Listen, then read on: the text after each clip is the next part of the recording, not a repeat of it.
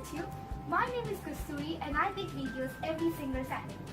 It's almost end of the month, which means it's time for a book-related video. Yay! I actually came up with a name for this. So are you ready? Drum rolls. Bookends time! I know, I'm very creative. So in my previous video, I asked you guys what kind of book-related videos you want to see. And one of you said, top 5 books whose movies are a must-watch. I actually came up with 4 books when I was deciding the 5th book. There were 2 books who was actually fighting for the place and I couldn't leave out either of them. And I included both. This is going to be my top 6 books whose movies are a must-watch. Now, if you've watched the movies and not read the books, you should definitely read them. And if you've read the books and not watched the movie, you should watch the movies. So anyway, without further ado, I'm gonna go ahead and show you the books that I'm gonna recommend you today. But before I go ahead and talk about the books, these books are in no particular order. So let's get into it. The first book I have is Horns by Joe Hill. Now I've already talked about this book in one of my previous book related videos. But again, if you don't know what this book is about, it's about this guy named Ig who grows horns and those horns give him powers. So he's going to use those powers to find out who murdered his girlfriend. Now, if you are not going to read the book and watch the movie, you can, because all these books actually have their major elements in the movie.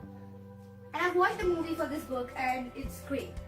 So read it, watch it. The second book I have with me is Where Rainbows End by Cecelia Ahern. Ahern. The movie title is Love, Rosie. Now this book is about 2 best friends named Alex and Rosie. They are stuck together until Alex moves to America. Now Rosie was supposed to join Alex, but she's forced to stay back. And then it's all about these 2 characters and their journey. It's again a great movie and a great book. Watch it, read it, again, 5 on 5. The third book I have with me is If I Stay by Gayle Forman. I actually recently finished reading it and watching the movie, and I'm probably that person who's reading the book and watching the movie when the whole world has already read it and watched it. This book is about a girl named Mia.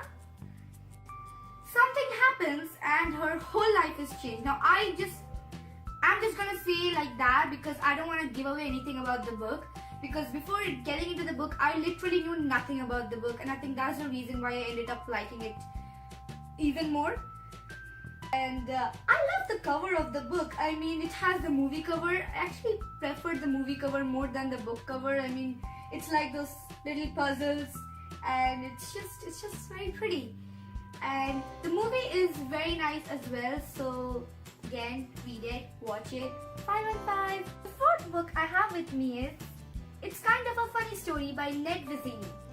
Now, I'm not sure how you pronounce the last name, and if I am pronouncing it wrong, I'm really sorry. This book is about this guy named Craig who gets into this high school, and then under a lot of pressure he stops eating, sleeping, gets into depression, and then tries committing suicide. And this gets him checked into this mental hospital. Now if you're thinking this book is about sadness and depression and you're probably going to be bored, no, that's not the case. This book is actually quite funny, and it also gives you a lot about depth about different characters, and it's always fun knowing different characters, right?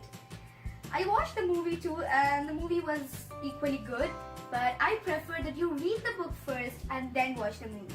I get this book 4 out of 5 on Goodreads, and this book is probably the only book among all the books that I actually going to talk about, who got 4 on 5.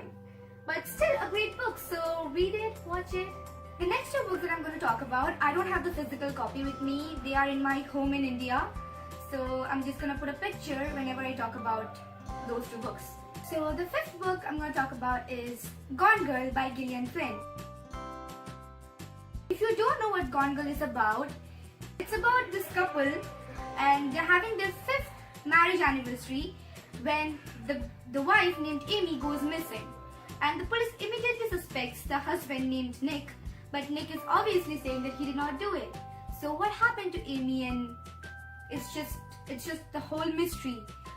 The best thing about Gillian's writing is she just makes even the smallest of thing dark and twisted. And if you really like that stuff, you're gonna love this book.